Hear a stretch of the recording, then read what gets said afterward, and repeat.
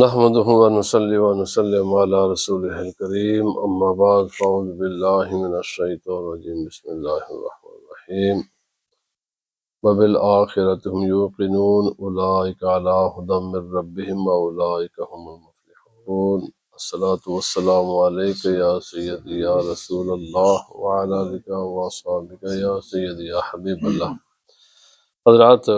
درس قرآن حکیم میں گزشتہ درس میں مکمل نہیں کر سکا، اور وہ یہ تھا کہ اسلام کے بنیادی انقلابی عقائد میں سے عقیدہ آخرت ہے کہ جس طرح دنیا کی اکیلی چیزیں، اگر آپ کسی بھی چیز کو غور و فکر کریں اور دیکھیں تو کوئی بھی چیز اس دنیا میں باقی نہیں رہتی، آتی ہے پھر چلی جاتی ہے، اس کو اللہ تعالیٰ وجود بخشتا ہے، پھر وہی چیز عدم فنا میں چلی جاتی ہے۔ تو جس طرح یہ انفرادی چیزیں دنیا میں اللہ تعالیٰ ان کو وجود بخشتا ہے اور یہ پردہ عدم میں چلی جاتی ہیں، اسی طرح یہ جتنی بڑی ہمیں کائنات نظر آتی ہے، ایک دن ایسا بھی آئے گا کہ جب یہ پورے کائنات کا نظام لپیٹ دیا جائے گا، ختم کر دیا جائے گا، یہ فنش ہو جائے گی، اور اس کے بعد کے معاملات قرآن پاک نے سارے بیان فرمائے ہیں، اور یہ ہمارا عقیدہ ہے۔ اور اس کا معنی یہ بھی نہیں ہے کہ جب یہ فنش ہوگی تو پھر اس کے بعد نہیں بھائی، یہ دوبارہ وجود میں اللہ تعالیٰ اس کو لائے گا، اور خصوصاً تو باقی چیزیں بھی آئیں گی، لیکن اسپیشلی انسان ہے جو ہے نا جی، اسپیشلی انسان، یہ اللہ رب العزت ہر انسان جو بھی اس دنیا میں آیا ہے سب کو اللہ تعالیٰ دوبارہ اسی طرح جیسے آج زندہ ایسا زندہ فرمائے گا، اور زندہ کرنے کے بعد اللہ رب العزت اس سے حساب لے گا، اس کے ہر عمل کے بارے میں پوچھا جائے گا، اور قرآن حکیم نے اس چیز کو بالتفصیل بیان کیا ہے۔ آج ابھی میں نے جو آیت فرمایا یوم ینظر المرء ما قدمت یداہ، یوم ینظر المرء ما قدمت یداہ، وہ دن ہے کہ جس دن ہر نفس، ہر انسان، ہر کوئی دیکھ لے گا کہ جو کچھ بھی اس نے اس زندگی میں اپنے آگے بھیجا ہے۔ یعنی معنی کیا ہے؟ جو بھی عمل کرتا ہے انسان، عمل دو طرح کے ہوتے ہیں، یا تو وہ عمل اچھے ہوں گے تو اس کا نتیجہ اچھا دیکھ لے گا، یہ وہ عمل برے ہوں گے تو ان کا برا عمل، اس کا برا وہ نتیجہ دیکھ لے گا۔ اعمال دو میں سے تیسرا نہیں ہے، یاد رکھیں۔ بعض ایسے اعمال ہیں جو بیکار ہیں، یوز لیس ہیں، ہم سمجھتے ہیں کہ یہ نبھائی یہ بھی منع ہے۔ اللہ پاک نے فرمایا والذین هم عن اللغو معرضون، جو بے فائدہ کاموں سے بچنا یہ مومن کی شان ہے، یہ مومن کو حکم ہے۔ مثلا ایک آدمی بیٹھا ہوا ٹی وی کے سامنے فٹ بال میچ دیکھ رہا ہے، سمجھتا میں گناہ نہیں کر رہا، ایکچوئل وہ گناہ کر رہا ہوتا ہے۔ آدمی سمجھتا ہے کہ یہ گناہ کا کام نہیں ہے، وہ گناہ کا کام ہے۔ کیوں گناہ کا کام ہے؟ اس لیے کہ بیٹھ کر ٹی وی میچ یا کرکٹ میچ کو دیکھنا ہے، اس کا اس انسان کو کیا نفع ہو رہا ہے؟ اس کے علم میں کوئی اضافہ ہے، اس کے جسمانی میں کچھ نہ کسی قسم کا کوئی اس کو نفع ہو رہا ہے، ما سوائے کہ گناہ کے کام میں وہ مدد کر رہا ہے، اس کے سوا کچھ بھی نہیں ہے۔ تو اللہ پاک نے فرمایا والذین هم عن اللغو معرضون، ایمان والے یوز لیس کام، جن کا کوئی دو ہی کاموں کی اجازت ہے، اصول ہے یہ یاد رکھیں، دو قسم کے کاموں کی اجازت ہے، پھر تیسرے کام کی اجازت نہیں ہے۔ اور فرمایا یا تو وہ کام کے جس میں شریعت نے اجازت دی اور وہ دنیا کا کوئی کام ہو، وہ کریں، آپ پیسے کمائیں، محنت مزدوری کریں، مشقت کریں، جو بھی دنیا کے کام کرتے ہیں جن سے آپ کی روزی معاش وابستہ ہے وہ کام کریں، کیونکہ اس میں تمہاری دنیا کا فائدہ ہے، اس کے ذریعے تم کھانا لے کر آؤ گے، لباس لے کر آؤ گے، اپنی رہائش بناؤ گے، علاج معالجے پر خرچ کرو گے، کوئی کسی اچھی جائز کام پر خرچ کرو گے، یہ جائز ہے۔ اگر ان کاموں سے فارغ ہے انسان تو پھر اللہ کا کوئی کام کرے انسان، نماز پڑھے، قرآن حکیم کی تلاوت کرے، ذکر کرے، اپنی بچوں کی تربیت کرے، اپنی بیوی کے پاس بیٹھ کر اچھے ماحول میں ان کے ساتھ بات چیت کرے، یہ بھی دین کا حصہ ہے۔ یہ دو کام ہیں کہ جن کو بندے کو اجازت ہے، اس میں یا اس کے آخرت کا کوئی نفع ہونا چاہیے یا اس کام کا رزلٹ، اس کے نتیجے میں دنیا کو کوئی نفع ہونا چاہیے۔ ایسا کام کہ جس میں نہ اس کی آخرت کا کوئی نفع ہے نہ اس کے دنیا کو کوئی نفع ہے، وہ تمام کام کرنے سے اسلام نے منع کیا۔ مثلا ایک بار آدمی جاتا ہے اسٹیڈیم میں، جا کر بیٹھ کر فٹ بال دیکھتا ہے، بھائی آنکھوں سے دیکھنے سے اسے کیا ملے گا؟ خاصرا دنیا والآخرہ، پیسہ بھی خرچہ تو نے ایک نجائز کام میں۔ اب کیونکہ یہ جوا کے، زنا کاری کے، شراب نوشی کے بہت بڑے اب ذریعہ بن چکے ہیں یہ چیزیں۔ اب خود تو کھیلتا نہیں ہے، خود کھیلے تو ہمیں کوئی اعتراض نہیں ہے، کیونکہ اس کے جسم کا فائدہ ہو رہا ہے، اس کے جسمانی ساخت کو، اس کو ورزش ہوگی جسم۔ اب بیٹھ کر میچ دیکھنے کا کیا فائدہ ہو بھائی اس کو؟ یا تو خود کر، اگر خود نہیں کرتا، دو ہی کام ہے میں نے عرض کر دیا، یا اس کا دنیا کا فائدہ ہونا چاہیے، آدمی کوئی بھی کام کرنے سے پہلے یہ دیکھ لے کہ اس کام کا جو آخری فائنل رزلٹ ہے وہ اس میں اس کا دنیا کا فائدہ ہے یا اس کی آخرت کا فائدہ ہے۔ جو اس کام میں نہ دنیا کا فائدہ ہو نہ آخرت کا فائدہ ہو، ایسے تمام کاموں کو لغو کہتے ہیں، اور لغو کام کرنے کی اجازت نہیں ہے۔ آج کل ایک اور بڑا لغو کام شروع ہوا ہے، دوسرا تیسرا چار نماز جنازہ، یہ بھی لغو ہے۔ جنازہ ایک ہی ہے، جب ایک جماعت ہو جائے اور اس کے ورثاء جن کا حق ہوتا ہے جنازہ وہ پڑھ لیں، اس کے بعد نماز جنازہ نہیں ہوتی۔ یہ سب لغو کام ہے۔ اسی طرح کے بے شمار مسلمانوں نے کچھ نیکی کے نام پر، کوئی دین کے نام پر، کوئی دنیا کے نام پر ایسے لغو کام شروع کیے ہوئے ہیں کہ جن میں انہی میں سے ایک لغو کام ہے، اور لغو نہیں، یہ گناہ کا کام ہے کہ ادھر جنازہ پڑا ہوا ہے، ادھر فوٹو بازی ہو رہی ہے، ادھر جناب مان جنازہ پڑھا جا رہا ہے، ادھر اس کی جناب ویڈیو فلمیں بنائی جا رہی ہیں۔ کس قدر سنگ دلی ہے، یقین کریں میں سوچتا ہوں انسان کتنا سنگ دل ہو گیا۔ سامنے ڈیڈ باڈی پڑی ہوئی ہے، کل تو نے خود اس جگہ پر جانا ہے اور لوگ نماز جنازہ پڑھ رہے ہیں اور اس وقت تو فوٹو بنا رہا ہے۔ سب لغو کام ہے بھائی۔ فوٹو کا کیا ہے؟ کیا تجھے ملے گا فوٹو بنا کر؟ کیا رزلٹ ہے اس کا؟ مجھے کوئی یہ بھی تو بتائے نا اس کے یہ کام۔ اور استغفر اللہ، انسان بہت سنگ دل ہو چکا ہے، سچی بات ہے۔ ڈیڈ باڈی پڑی ہوتی ہے اور ہنس رہا ہوتا ہے، یعنی موت کے موقع پر بھی ہنسنا، یہ انسانی شقاوت کی آخری ڈگری ہے، آخری ڈگری۔ اس کے آگے کیا کرو گے تم؟ جنازے پر جا رہے ہو، جنازے پر پھوڑی پر بیٹھے ہوئے نال مذاق پہ ہنس بھی رہے ہو۔ میرے بھائی، اللہ پاک نے فرمایا یوم ینظر المرء ما قدمت یدہ، فرمایا انسان دیکھ لے گا جو کچھ اس نے اپنے آگے بھیجا ہے۔ انسان کو اپنا ہر عمل کرنے سے پہلے یہ سوچ لینا چاہیے کہ میرے اس عمل کا نتیجہ کیا نکلے گا، وہ میرے حق میں مفید ہے یا میرے حق میں نقصان دہ ہے۔ فرمایا اس دن کافر یہ خواہش کریں گے، یہ تمنا کریں گے کاش میں انسان ہی نہ ہوتا، میں مٹی ہوتا۔ بھائی اس دن مٹی بننے کی خواہش سے پھر اب وہ خواہشیں تو پوری نہیں ہوں گی۔ تجھے اللہ نے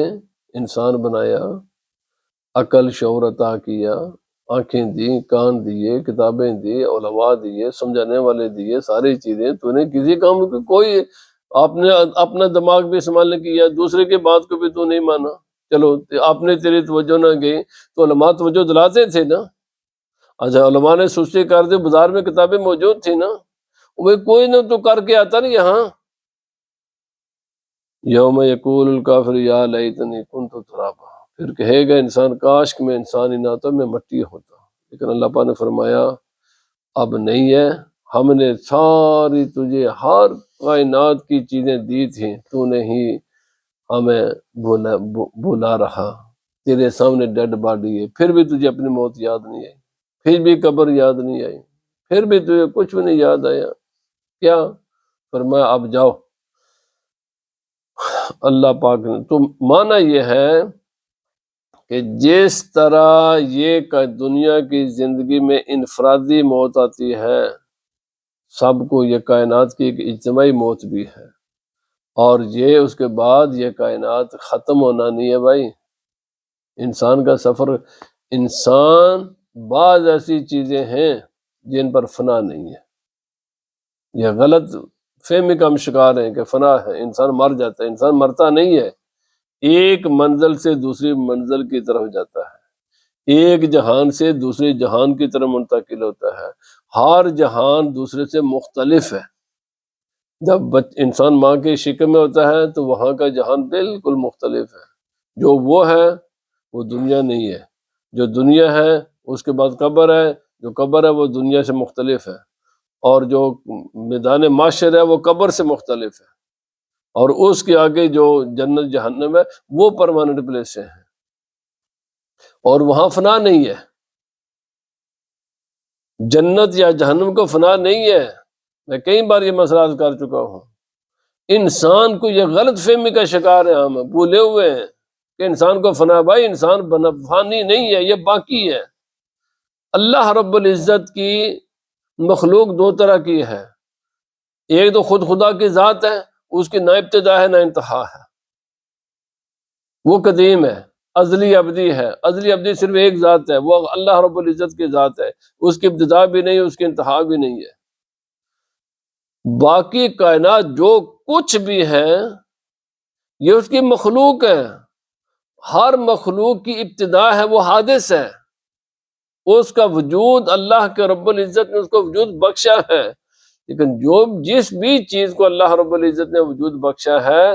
یہ ضروری نہیں کہ ہر ایک کی فنا ہو، انہی میں سے جو چیزیں باقی رہنے والی ہیں جن پر فنا نہیں طاری ہوگی یہ عارضی فنائیں ہیں، یہ انتقال ہے۔ اسی لیے ہم لفظ انتقال کہتے ہیں، فلانے صاحب جناب انتقال ہو گیا۔ انتقال کا کیا معنی ہوتا ہے؟ ایک جگہ سے دوسری جگہ چلے جانا۔ بھائی اس جہان کو اس نے چھوڑ دیا ہے، اگلے والا جو منزل ہے وہاں پر چلا گیا ہے، اگلی منزل ہے قبر، اس کو برزخ کہتے ہیں۔ میں پچھلے درس میں بتا چکا ہوں، برزخ کا معنی بھی یہ نہیں کہ انسان ہمیشہ ہی قبر میں رہے گا، وہاں ہی نہیں بھائی، وہاں ہمیشہ کا، وہ بھی ہمیشہ کا گھر نہیں ہے، جیسے دنیا ہمیشہ کا گھر نہیں ہے ایسے قبر بھی ہمیشہ کا گھر نہیں ہے، اس کے آگے والی منزل میدان معاشر وہ بھی ہمیشہ کا گھر نہیں ہے۔ اور انسان وہ ہے کہ جس کو فنا نہیں ہے، چاہے کوئی نیک ہے چاہے برا ہے، دونوں کو فنا نہیں، یہ ہمیشہ ہمیشہ ہمیشہ کے لیے اللہ تعالیٰ نے اس کو بنایا ہے۔ باقی مخلوق میں سے 7 ایسے اللہ رب العزت کی مخلوقیں ہیں جو ہے تو اللہ کی مخلوق ہے لیکن ان کو فنا نہیں ہے، انہیں میں سے ایک جنت ہے، دوزخ ہے، عرش الہی ہے، انسان ہے۔ یہ چیزیں ایسی ہیں کہ جن کو فنا نہیں ہے، یہ ہمیشہ، ان پر ملین بلین ٹریلین سال بھی نہیں ہے، یہ جب اللہ نے ان کو بنا دیے یہ ایسے ہی رہیں گے، یہ قدیم تو نہیں ہے تو یہ حادث ہیں لیکن ان کو فنا نہیں ہے۔ اب جب اس کو فنا نہیں ہے تو اس انسان کی آگے کی ساری منزلیں سب، چاہے قبر ہے، چاہے میدان معاشر ہے، چاہے جنت ہے، جو بھی ہے، اس کی ناکامی بھی اسی دنیا میں ہے، اس کی کامیابی بھی اسی دنیا میں ہے۔ ان تمام آگے والے منزلوں کو صحیح کر کے جانا ہے۔ ابھی اس قدر ہم نے دنیا کو اپنے دل و دماغ پر غالب کر دیا ہے کہ ہم سمجھتے بس یہی دنیا ہے، حالانکہ بھائی یہ بہت معمول۔ اللہ پاک نے فرمایا بالآخرۃ ہم یوقنون، وہ آخرت پر یقین رکھتے ہیں، بس ویسے ویسے یقین نہیں، پورے دل کے گہرائی سے مانتے ہیں کہ بھائی ہم نے جانا ہے اور ہم نے اس دنیا کو چھوڑنا ہے، اور ہم نے اپنے ہر عمل کا خدا کی بارگاہ میں جواب دہ ہونا ہے، ہر عمل کا۔ فمن یعمل مثقال ذرۃ خیرا یرہ ومن یعمل مثقال ذرۃ شرا یرہ۔ اللہ رب العزت نے فرمایا ایک جو چیونٹی ہے نا، چھوٹی سی ذرہ، اس کا ایک جو ٹانگ یا ونگ ہے نا، اس کے برابر بھی اگر تو کوئی نیکی کی ہوگی نا، وہ بھی ہم تجھے دکھا دیں گے۔ مانا ہے کہ اس کا صلہ تجھے ملے گا۔ کوئی نیکی چھوٹی نہیں ہوتی اور کوئی گناہ بھی چھوٹا نہیں ہے، نہ کوئی نیکی چھوٹی ہے نہ کوئی گناہ چھوٹا ہے۔ چھوٹی سی نیکی بھی تیرے سامنے آ جائے گی اور چھوٹا سا گناہ بھی تیرے سامنے آ جائے گا۔ بندے سوچ، غور و فکر کر، ہوشیار ہو، بالغ نظر ہو، ایکٹیو ہو، تو جو کر رہا ہے تیرے ہر عمل کا جواب اور تیرا ہر عمل تجھے دکھا دیا جائے گا۔ اللہ پاک نے فرمایا فَأَمَّا مَنْ ثَقُلَتْ مَوَازِينُهُ فَهُوَ فِي عِيشَةٍ رَاضِيَةٍ وَأَمَّا مَنْ خَفَّتْ مَوَازِينُهُ فَأُمُّهُ هَاوِيَةٌ۔ تیرے اعمال صالح کا اگر وزن گیا بڑھ تو پھر تیرے لیے من پسند زندگی ہے، اور اگر تیرے غفلتیں اور تیرے برائیاں تیرے گناہوں سے بڑھ گئیں تو پھر جہنم ہے تیرا ٹھکانہ، پھر جہنم ہے۔ اور میں بچ کر رہنا، میں بالکل، اللہ پاک نے فرمایا واضح ہم نے بیان کر دیا، کوئی ایسا آگے والا معاملہ نہیں ہے جو میرے رب نے بیان نہ کیا ہو۔ بات کوئی انسان غلط فہمی رہے، شاید وہاں بھائی یاد رکھ لیں، علماء فرماتے ہیں یہ دنیا اور آخرت یہ بالکل دو اپوزٹ چیزیں ہیں، اور قیامت کی کوئی بھی ایسی چیز نہیں ہے جس کی ایک مثال اس دنیا میں نہیں ہے، ہر چیز اسی دنیا میں۔ یعنی یہ نہیں ہے کہ وہاں کوئی ایسی چیز ہوگی جہاں جو انسان کو نہیں، فرمایا یہی دنیا ہے، وہ بھی ایسے ہی ہوگی، ایسے ہی درخت ہوں گے بس ان کی کوالٹیاں اچھی ہوں گی، ایسے ہی پھل ہوں گے ان کی کوالٹیاں اچھی ہوں گی، ایسے ہی وہاں کی آگ ہوگی پر اس کی شدت زیادہ ہوگی۔ یہ سب کچھ جو اس دنیا میں، بس یہ سب کچھ وہاں بھی ہے، بس اس کی اچھائی یہاں سے زیادہ ہے اور عذاب کی شدت یہاں سے زیادہ ہے، بس فرق صرف اتنا ہی ہے، سب کچھ وہاں یہی کچھ ہے، یہی زمین ہے، جنت بھی زمین ہے پر یہ مٹی کی ہے، وہاں ذرا کستوری کی ہوگی۔ اسی طرح کے مکان ہوں گے، یہاں اینٹوں کے اور یہ اینٹیں مٹی سے بنی ہیں، وہاں پر سونے چاندی کی اینٹیں بنی ہوئی ہیں یہی کچھ ہے۔ یہ نہ کہ انسان کسی غلط فہمی میں شکار ہے، شاید کوئی بات ایسی ہے وہاں کی جو یا قرآن نے یا اللہ سبحانہ و تعالیٰ یا رسول اللہ صلی اللہ علیہ وسلم نے بیان نہیں فرمایا، سب کو بیان کیا ہوا ہے، ہر چیز ہے۔ اب تیری ذمہ داری ہے، سمجھنا ہے تو پھر پڑھ قرآن پاک، پڑھ احادیث پاک کو۔ تو اللہ پاک نے فرمایا اولئک علی ھدی من ربہم واولئک ھم المفلحون۔ یہ لوگ جو قیامت پر ایمان رکھیں، اللہ رب العزت کی سب سے پہلے تو عقیدہ توحید ہے، اس پر ایمان لائے، عقیدہ رسالت ہے اس پر ایمان لائے، اور نماز قائم کریں، زکوٰۃ ادا کریں، اللہ کی کتابوں کو مانیں، قیامت پر ایمان لائے۔ یہ اور ایمان سے زبانی نہ مانے، دل کے گہرائی سے ان چیزوں کو مانے، اپنے دل کی صداقت بالکل گہرے دل سے ان پر یقین کیوں؟ انسان کے عمل سے پتہ چل جاتا ہے کہ اس کا ایمان ہے یا نہیں ہے، عمل ہی بتا دیتا ہے کہ اس کا ایمان ہے۔ اگر ایمان ہو انسان کو ان چیزوں پر تو انسان یہ ہو سکتا ہے کہ نماز نہ پڑھے، کیسے اس کے لیے ممکن ہے نماز نہ پڑھے؟ بس تیرا نماز نہ پڑھنا، تیرا یہ غلط کام کرنا اوپنلی دنیا کے سامنے، یہ بتاتا ہے کہ تیرا ایمان نہیں ہے۔ اگر ایمان ہو تو کیسے چھوٹ سکتی ہے نماز؟ وہ کیسے ممکن ہے کہ انسان پھر مال کی زکوٰۃ ادا نہ کرے؟ یہ کیسے ہو سکتا ہے کہ انسان وہ ماں باپ کا نافرمان بردار ہو، جس کا ایمان بھی ہو میں نے جواب دینا ہے؟ وہ کیسے انسان کسی کی حق تلفی کر سکتا ہے؟ فرمایا اولئک علی ھدی من ربہم، یہی لوگ سیدھی راہ پر ہیں، ہدایت پر ہیں، جن کا ان تمام چیزوں پر ایمان ہے اور جو یہ عمل کرتے ہیں۔ ایمان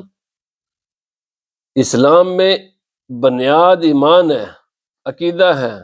لیکن ایسا عقیدہ جو عمل سے خالی ہو، وہ بھی اگرچہ ایک آخری فائنل کامیابی کے لیے ہے، لیکن فاسٹ اور بڑی کامیابی بغیر عمل کے نہیں ہے۔ کیوں کہ اللہ رب العزت نے دونوں کو بیان کیا ہے، ایمان کو بھی بیان کیا ہے، ساتھ نماز کا بھی ذکر کیا ہے، اور ساتھ انفاق فی سبیل اللہ کا بھی ذکر کیا ہے، جہاں پر ایمان یقین کی بات کی ہے تو وہاں پر اعمال بھی بیان فرمائے۔ اسی لیے صرف عقیدہ درست ہو، عمل سے خالی ہو تو میرے بھائی یس ہم تو یہی کہیں گے کہ الحمدللہ یہ بھی ایک اللہ کی نعمت ہے، بہت بڑی نعمت ہے، ہم اس کی نفی نہیں کریں گے، لیکن ضرور ضرور کہا جائے گا جب رسول خدا صلی اللہ علیہ وسلم سے بڑھ کر اس کائنات میں کس کا ایمان ہو سکتا ہے؟ رسول خدا صلی اللہ علیہ وسلم نے کبھی نماز میں تاخیر بھی کی ہے؟ یہ تو بدور کے بات ہے نا، مس ہونا تو بڑی بات ہے نا میرے بھائی۔ اس لیے نماز نہیں معاف کسی کو۔ جب نبی پاک صلی اللہ علیہ وسلم آپ تو باقی تو چلو 5 نمازیں، نبی پاک صلی اللہ علیہ وسلم پر تو قیام اللیل بھی فرض تھا، ہمارے لیے نفل ہے نا، نبی پاک صلی اللہ علیہ وسلم کے لیے تو فرض تھا۔ تو بھائی عمل بھی ضروری ہے، کوئی ایسا عمل جو رسول خدا صلی اللہ علیہ وسلم نے اپنی امت کو فرمایا اور خود نہ کیا ہو، تو جب نبی پاک صلی اللہ علیہ وسلم نے خود یہ سارے اعمال ادا فرمائے ہیں تو امتی کو کیسے اجازت دی جا سکتی ہے یہ ہے کہ وہ جناب بس میں مومن ہوں، میں مسلمان ہوں اور میں عمل نہیں کروں گا؟ یہ کیسے ہو سکتا ہے؟ جب رسول اچھا صحابہ کرام ہیں، اگر صرف عمل کے بعد یعنی صرف آئے گا لوگ بات بہت ہمارا عقیدہ صحیح ہے اور تیرا عقیدہ ٹھیک ہے، ہم کچھ بھی نہیں کہتے، یہ بات ٹھیک ہے عقیدہ صحیح ہونا، پر تیرے عقیدے کے اظہار تیرے عمل سے ہوتا ہے، یہ دونوں چیزیں ضروری ہیں، عقیدہ بھی درست ہونا ضروری ہے، عمل کا درست ہونا بھی ضروری ہے۔ اور کبھی میں نے آج تک کسی عالم دین کو نہیں سنا جو کہ بس ہاں یہ جو لوگ عمل کی بات کرتے ہیں نا یہ بھی غلط ہے، اکیلا عمل بھی نہیں ہے، اس کے پیچھے مضبوط درست عقیدہ کا ہونا بھی ضروری ہے، صرف عمل بھی نہیں ہے، صرف عمل تو ویسے بیکار ہے نا، عاملۃ ناصبۃ تصلیٰ نارا حامیہ، اللہ پاک نے فرمایا بہت سارے لوگ عمل کریں گے لیکن جائیں گے جہنم میں، صرف جو عقیدے کے بغیر عمل ہو اس کی کوئی ویلیو نہیں ہے، ورنہ تو یہ دنیا کے ہر انسان ہی کامیاب، کیوں دنیا کا کوئی بھی انسان ہے، کوئی بھی دنیا کا سوسائٹی سارے عمل برے نہیں کرتے، دنیا کی ہر سوسائٹی ایسے عمل کرتی ہے بہت زیادہ کرتی ہے، جو ظاہری اعمال ہیں تو وہ چاہے کوئی بھی دنیا کی سوسائٹیاں ہیں سارے اچھے کام کرتے ہیں، تو بھائی لیکن فرق کیا ہے؟ وہ عقیدے کے بغیر، وہ دنیاوی مفاد کے لیے، دنیاوی نظام کو چلانے کے لیے درست عمل کرتے ہیں، اور مسلمان دنیاوی عمل کی اس کی بنیاد دنیا کے معاملات نہیں ہوتی ہے، اس کے عمل کی بنیاد اپنی آخرت ہوتی ہے، یہ فرق ہے، وہ اس کے عمل عقیدے کے اوپر اس کے بنیاد کرتے ہیں۔ تو عمل بھی ضروری ہے، عقیدہ بھی ضروری ہے، لیکن وہ عمل جو صحیح عقیدے کے اوپر مبنی ہو، یہ دونوں چیزیں ضروری ہیں۔ تو اسی لیے اس بات میں علماء کا اختلاف ہے اگرچہ کہ ایمان کس چیز کا نام ہے، تو بعض تو کہتے ہیں علم عمل، ایمان اور عمل دونوں کا مجموعہ ایمان ہے، لیکن اہل سنت و جماعت کا یہ موقف نہیں، وہ کہتے نہیں، اعمال یہ چونکہ اس کا عقیدے کا تعلق دل کے ساتھ ہے، اعمال کا تعلق اعضاء کے ساتھ ہے، تو اس لیے یہ پارٹ آف عقیدہ تو نہیں ہے، لیکن کامیابی ان کے اوپر ہے، کیونکہ اس سے اظہار ہوتا ہے اس بات کا جو انسان کے دل میں ہے، جو دل میں ہے اس کا اظہار عمل سے ہوتا ہے، عمل کرو گے تو پتہ چلے گا تیرا ایمان ہے۔ تو بہرحال اللہ پاک نے فرمایا اولئک علی ھدی من ربہم واولئک ھم المفلحون، یہی لوگ ہدایت پر، اس کے علاوہ کوئی ہدایت پر نہیں ہے، ہدایت پر صرف یہی لوگ ہیں، سیدھی راہ پر یہی ہیں، اور یہی لوگ کامیاب ہیں۔ فرمایا فلاح یہ کہتے ہیں چیرنا پھاڑنا، کسان کو بھی فلاح کہتے ہیں، تو فرمایا علماء فرماتے ہیں کہ اس لفظ میں موجود ہے کہ عمل بھی ضروری ہے، کیوں؟ کسان کو ملتا ہے جناب مان کچھ مہینوں کے بعد اس فصل کا رزلٹ غلے کی شکل میں، پر بتاؤ کسان اگر ہل نہ چلائے، اگر زمین کو چیرے پھاڑے نہ، اگر وہاں پر بیج نہ ڈالے، اگر بیج ڈالنے کے بعد اس کی دیکھ بھال نہ کرے تو کیا وہ پھل پائے گا؟ فرمایا پھل پانے کے لیے ضروری ہے کہ پہلے حرکت کرے، پہلے حال چلائے، پھر اس کے اندر خالص درست صحت مند بیج ڈالے، پھر اس کو پانی دے، پھر پانی کا خاص خیال رکھے، ایک مقدار سے بڑھ گیا تو پھر بھی نہیں ہے، بالکل پانی نہ دیا تو پھر بھی نہیں ہے، پھر اس کے بعد چرند پرند ہے، پھر اس کے بعد جو زائد جڑی بوٹیاں ساتھ اگاتی ہیں جو، تو فرمایا اس کا مطلب یہ ہے کہ ایمان کے ساتھ ساتھ عمل بھی ہے، اور عمل میں اخلاص ہے، صرف عمل بھی نہیں ہے، وہ عمل بھی کیا جائے خالصتاً اللہ کی رضا کے لیے، ایمان بھی ہو، محنت بھی ہو، عمل بھی ہو، اور عمل میں خدا کی رضا بھی مطلوب ہو، اور عمل ہو بھی اپنی مرضی کے مطابق نہیں، رسول اللہ صلی اللہ علیہ وسلم کی سنت کے مطابق عمل ہو۔ کیوں؟ فرمایا عمل اللہ کو قبول ہی وہی ہے جو رسول اللہ صلی اللہ علیہ وسلم کے، آپ صلی اللہ علیہ وسلم کی سنت کے مطابق عمل ہوں گے۔ معیار کا قبولیت اور عدم قبولیت کا نبی پاک کی ذات ہے، عمل بھی ہو، میں نے پہلے عرض کر دیا، ایمان بھی ہو، محنت عمل بھی ہو، عمل میں اخلاص بھی ہو، اور وہ عمل رسول اللہ صلی اللہ علیہ وسلم کی سنت کے مطابق بھی ہو، پھر جا کر کامیابی نصیب ہوتی ہے، پھر پھل ملتا ہے، اور پھر قبر سارے آگے والے سارے معاملات درست ہو جاتے ہیں، دنیا کے معاملات بھی درست ہوتے ہیں، آخرت کے بھی ہوتے ہیں۔ تو اللہ تعالی ہمیں اس عقیدے کو دل و دماغ میں بٹھانے کی، سمجھنے کی، اور اس کے جو تقاضے ان تقاضوں کے مطابق عمل کرنے کی توفیق عطا فرمائے۔ وما علینا الا البلاغ۔